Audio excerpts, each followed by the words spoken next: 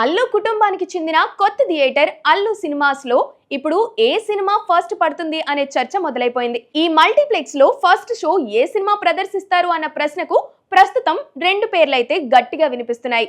ఒకటి ఉస్తాద్ భగత్ సింగ్ అయితే మరొకటి డబ్బింగ్ మూవీ ధురంధర్. సోషల్ మీడియాలో వస్తున్న వార్తల ప్రకారం అల్లు సినిమాస్ ప్రారంభోత్సవ కార్యక్రమంలో ప్రత్యేక ప్రీమియర్ షోగా ఈ రెండు సినిమాల్లో ఒకటి ప్రదర్శించే అవకాశం ఉందని సినీ అభిమానులు చర్చించుకుంటున్నారు. కొందరైతే ఉస్తాద్ భగత్ సింగ్ సినిమాతో ప్రారంభం కావచ్చని చెబుతున్నారు.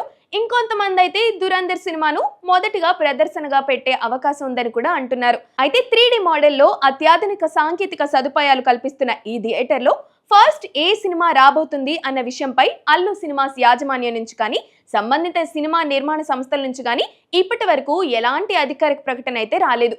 దీంతో తొలి ప్రదర్శనగా ఏ సినిమా ఎంపిక అవుతుందో అన్న ఉత్కంఠ ఇప్పటికీ కొనసాగుతోంది.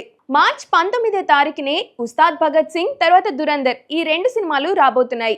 మరి ఈ రెండు సినిమాల్లో ఏ సినిమా ఫస్ట్ షోగా అల్లు సినిమాస్ లో కనిపించబోతుందో చూడాలి మరి.